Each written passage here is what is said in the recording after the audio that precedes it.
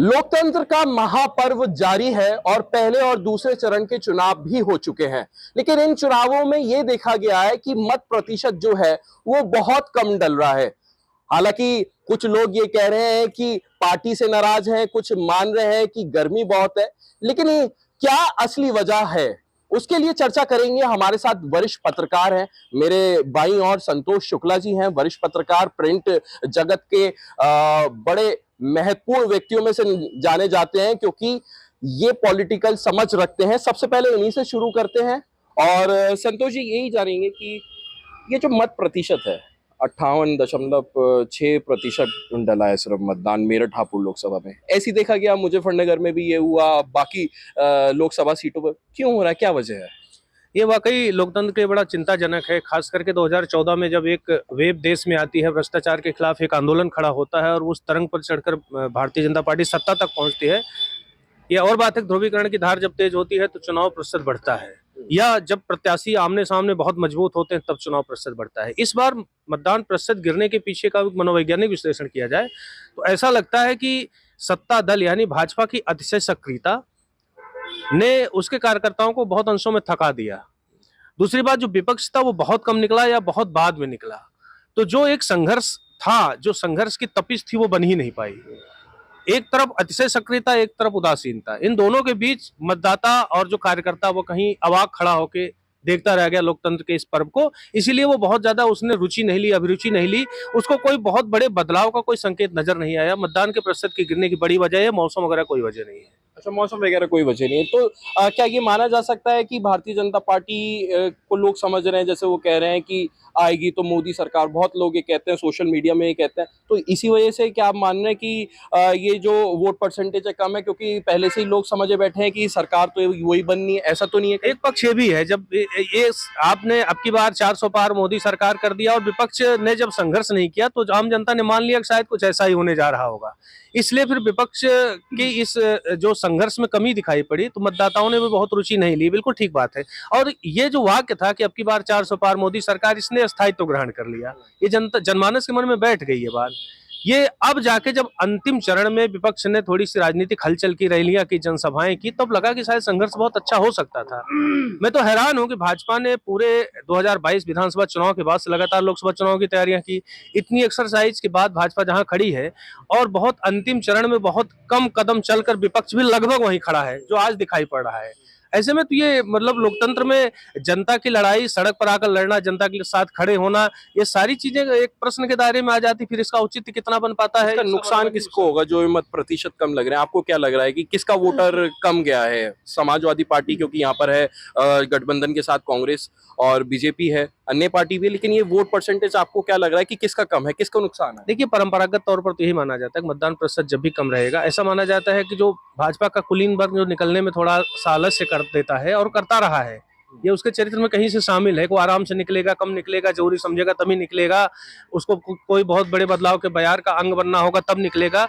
ऐसी ऐसी ये इन्हीं चरणों से गुजरते हुए शायद मतदान प्रतिशत कम हुआ। और अगर कम हुआ है, जैसे 5% मेरठ में कम हुआ करीब करीब, जो अभी जब हम और आप बात कर रहे हैं, जो आंकड़े जहां जाके ठहरे हैं, तो इस चिंता भाजपा के माथे पर ज्यादा देखी जा सकती है। भाजपा के माथे पे चिंता ज्यादा देखी जा सकती है। श्रीपाल तेवतिया है हमारे साथ, कई जिलों में अपनी रिपोर्टिंग कर चुके हैं, ग्राउंड पर ज्यादातर समय बिताते हैं। लोगों के मन में क्या चल रहा था इस चुनाव के दौरान? क्यों वोटिंग परसेंटेज कम है, आपको क्या लग रहा है? अनमोल जी, मुझे लग रहा है कि इस बार जैसे हवा जैसी कोई बात नहीं थी कि जैसे कि भाई भारतीय जनता पार्टी की हवा है या किसी भी दल की हवा है। और जो इनका ये जो एक नारा इन्होंने देने की कोशिश की कि भाई एक परसेप्शन तैयार हो, ऐसा लगे लोगों की कि भाई सब कुछ भाजपाई है, कि 400 के पार, ऐसी कोई बात कहीं दूर तक भी नहीं थी। लोगों के मन में नहीं था, ऐसा कुछ नहीं था। ऐसा कुछ होता तो लोग निकलते। आप देख लीजिए, यहाँ से मेरठ से मथुरा तक की आप हालात देख लीजिए। सारी जो 8 लोकसभा सीटों पर चुनाव हुआ है, चाहे अमरोहा हो, जबकि अमरोहा में तो बाकी से तो ठीक ही हुआ है, वहां में बेटर हुआ है, लेकिन मथुरा में भी बहुत कम हुआ है। लेकिन कंपैरेटिवली हर जगह इस बार मतदान प्रतिशत में गिरावट दर्ज की गई है। चाहे मथुरा हो, मेरठ हो, अमरोहा हो, बुलंदशहर हो, गौतम बुद्ध नगर हो, गाजियाबाद हो, अलीगढ़ हो, हर जगह आप देख रहे हो कि मतलब 5 से 7%, 8% तक मतदान कम हुआ है। तो इससे एक सबसे पहली बात तो ये कि हवा जैसी कोई चीज़ थी ही नहीं। अगर ऐसा होता तो लोग जोश जुनून से निकलते, उत्साह दिखता उनमें, ऐसी कोई बात ही नहीं थी। दूसरा एक मैं और बात कहना चाहूंगा, हवा ये बना नहीं पाए या आपको नहीं लग रहा है कि लोगों में अब रुचि नहीं रही, जैसे कि अभी नहीं, संतोष कोई शुक्ला जी भी हवा कह थी रहे ही थे नहीं, कि चिंता। हाँ। कोई हवा नाम की कोई चीज थी ही नहीं कि ये माने कि भाई वेस्टर्न यूपी में आरएलडी इनके साथ आ गई तो कोई हवा इनकी बन गई, ऐसा कुछ वो तो आप देख रहे हो, सब कुछ तो साफ है। और इससे बड़ी बात क्या होगी कि अभी मेरठ में एक रैली हुई थी समाजवादी पार्टी की, अखिलेश यादव ने एक रैली की, 3 विधायक उस मंच पर थे। आपस में उनमें देख रहे थे क्या कुछ चल रहा था, सभी को पता है, कहने की जरूरत नहीं है। गैदरिंग के नाम पे 1000 आदमी भी नहीं थे।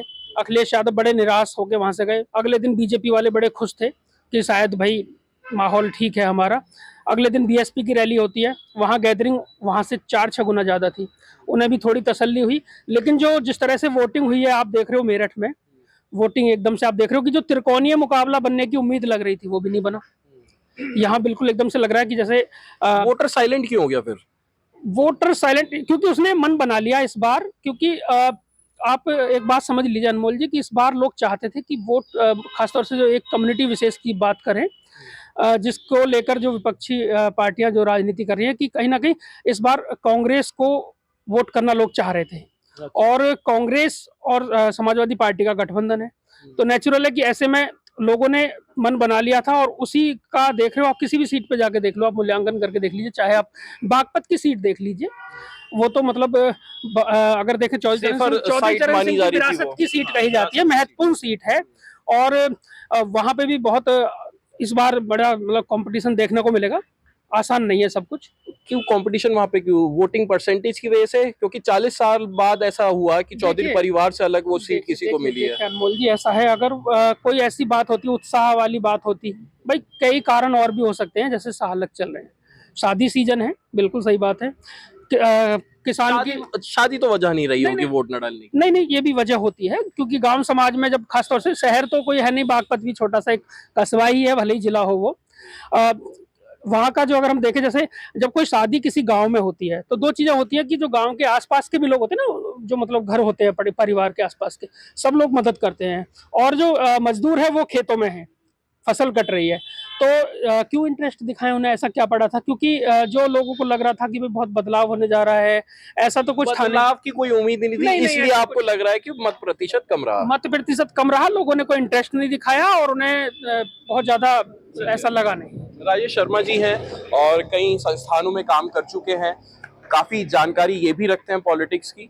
आप भी ग्राउंड में जा रहे हैं, लोगों से बातचीत कर रहे हैं, तो किस तरीके से आपको लग रहा है ये मत प्रतिशत कम होना, किसका नुकसान होने वाला है इसको लेकर? और क्या लग रहा है कि उम्मीद है कि आने वाले जितने भी चरण हैं उसमें मत प्रतिशत बढ़ेगा? देखिए, अगर मैं बात करूं 98 से, तो मैं लगातार 98 के बाद में, तो मैं इतना मतलब लगातार रिपोर्टिंग भी कर रहे हैं, उसमें देख भी रहे हैं, जब जब वोट परसेंटेज बढ़ता है तब तब भाजपा की सरकार आती है। और मैं देख रहा हूँ ये जो 2024 का लोकसभा चुनाव है, मुझे लग रहा है कि ये चुनाव विपक्ष का नहीं है, विपक्ष तो सत्ता का नहीं है, ये चुनाव मुझे लग रहा है सत्ता और जनता के बीच का है। और इस बार जनता ने अपना मन बना लिया।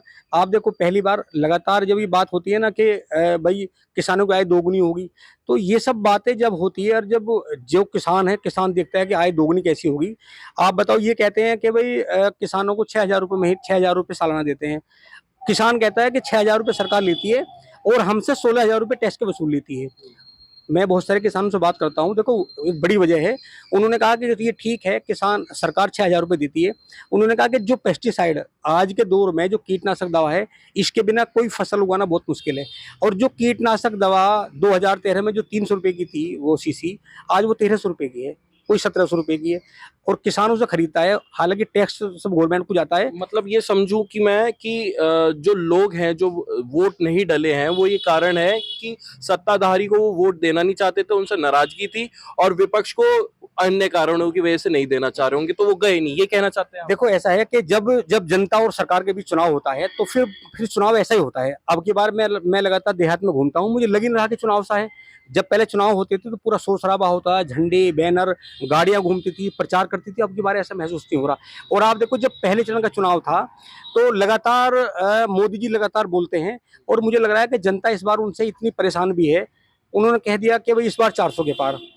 किसानों को लगा कि हम परेशान हैं, एक नौजवान को लगा कि रोजगार मिल नहीं रहा, महंगाई बहुत ज्यादा हो रही है।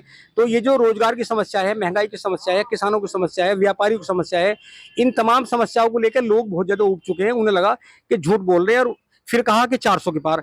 जब उन्होंने 400 के पार का नारा दिया तो आप देखो उत्तर प्रदेश की पश्चिम यूपी में 8 सीटों पर चुनाव होता है, और जब हम वोट परसेंटेज की बात करते हैं तो उस दिन हालांकि ओवरऑल 102 लोकसभा सीटों पर चुनाव हुआ, उसमें राजस्थान भी शामिल है, और राजस्थान और पश्चिम उत्तर प्रदेश का जो आंकड़ा था वोट परसेंटेज का लगभग एक जैसा रहा।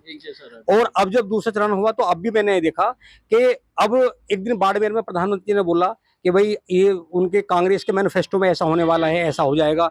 मतलब उन्होंने ऐसी कल्पना कर दी, लोगों को लगा यार देश के प्रधानमंत्री भी ऐसी भाषा बोल रहे हैं जिसमें वो मुसलमानों का नाम ले रहे हैं। आपने लोगों से बात करी? ये लोगों से बात की, लोग इस बात को लेकर बहुत नाराज हैं। लोगों ने कहा कि देश के प्रधानमंत्री जो 10 साल से प्रधानमंत्री हैं, अगर वो ऐसी बात करेंगे तो इसका मतलब ये लग रहा है कि वो हिंदू मुस्लिम के आधार पर चुनाव कराना चाह रहे हैं।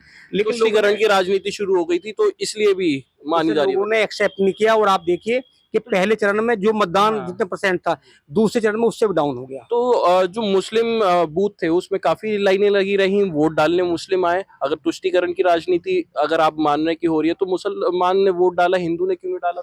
देखो हिंदू इतना त्रस्त है क्योंकि जो लड़के लगातार जो नौजवान है ना, अब आप अगर मैं बात करूं 2019 से 2022 के बीच की, 24 के बीच की, तो 2019 से और 24 के बीच में आप देखिए लगभग 1.25% मतदाता बढ़े हैं मेरठ में, है ना। तो इसका मतलब वो परसेंट बढ़ना चाहिए था। मतलब 2.25 लाख मतदाता बढ़ने के बाद भी ये स्थिति है कि यहाँ लगभग 5% वोट यहाँ मतदान कम हो जाता है। और आप देखिए कि जो मोदी जी ने जो ये चाह रहे थे कि भाई ध्रुवीकरण हो जाए तो हो सकता है वोट परसेंट बढ़ जाएगा, लेकिन एक जो वर्ग है जिसको उन्होंने बोला वहाँ वोट परसेंटेज बढ़ गया। मेरे पास ऐसे कई प्रमाण हैं। जब हम दोनों तरफ देखते हैं, जिसके खिलाफ बोले उसका वोट परसेंट उसका बढ़ा, इनका घटा। अब हम देखते हैं यहाँ के, अगर 2019 के मैं इस बूथों की बात करूँ, जो 3 बूथ की मैं बात करूँ शास्त्री नगर की, तो 2019 में वहाँ लगभग 59-63% मतदान हुआ। इस बार वहाँ 47-45% मतदान हुआ। और जो सामने वाले बूथ हैं जहाँ 2019 में 63% मतदान हुआ, वहाँ 71 तक मतदान हो गया।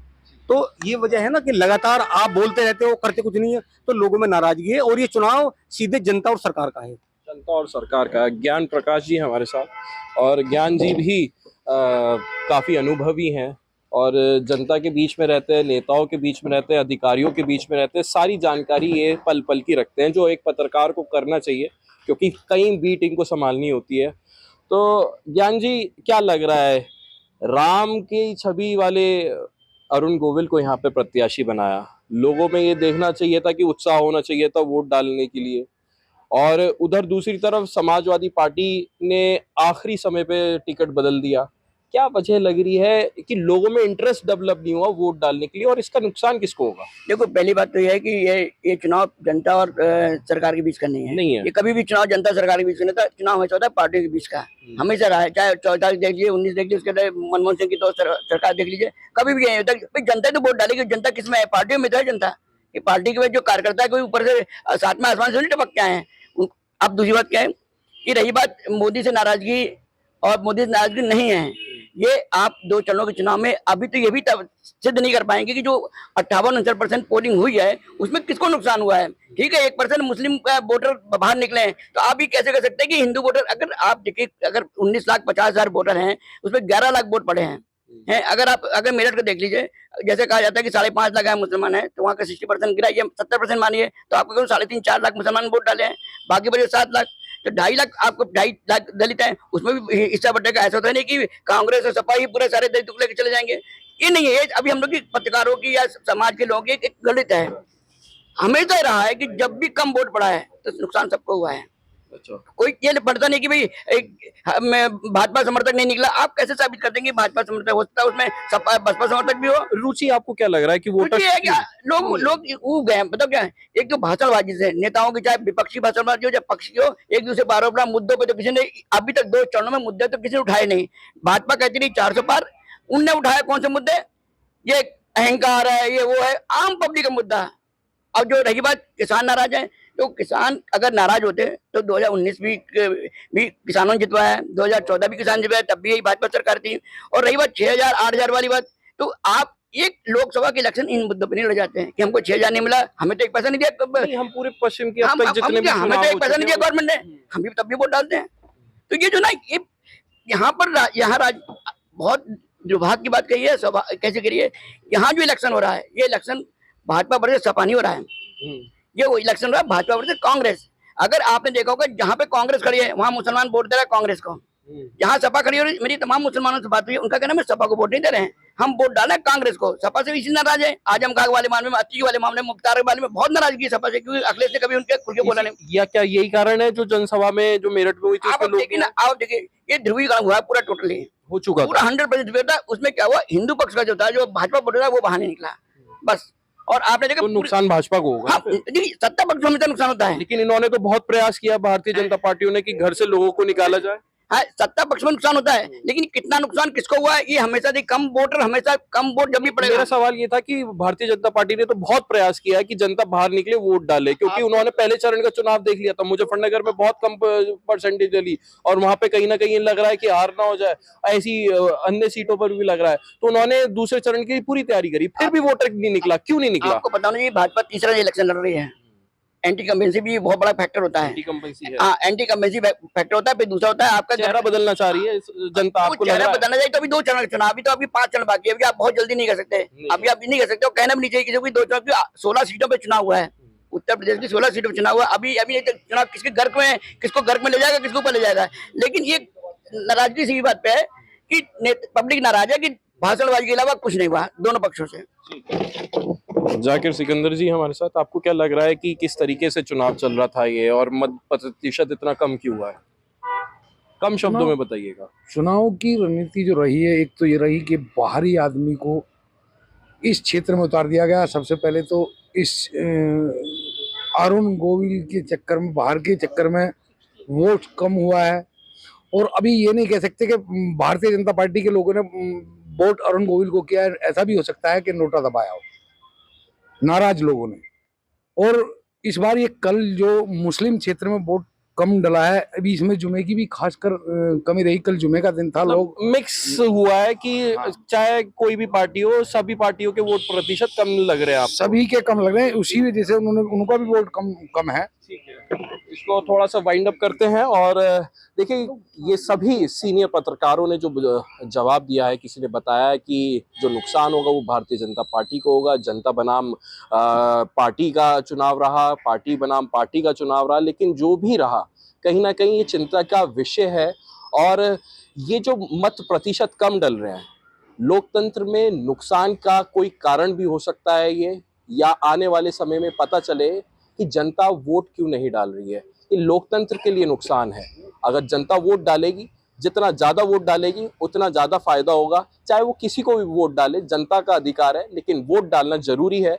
और पहले और दूसरे चरण में जिस तरीके से भी चुनाव चल रहा है, कौन पार्टी जीत रही है, कौन हार रही है, इसका अनुमान अभी नहीं लगाया जा सकता, लेकिन वोट डालना एक बहुत जरूरी चीज है। पत्रकारों के हिसाब से यहाँ पर नुकसान जो हो रहा है वो ज्यादातर प्रतिशत माना जा रहा है कि भारतीय जनता पार्टी का हो रहा है, जो सत्ताधारी पार्टी है।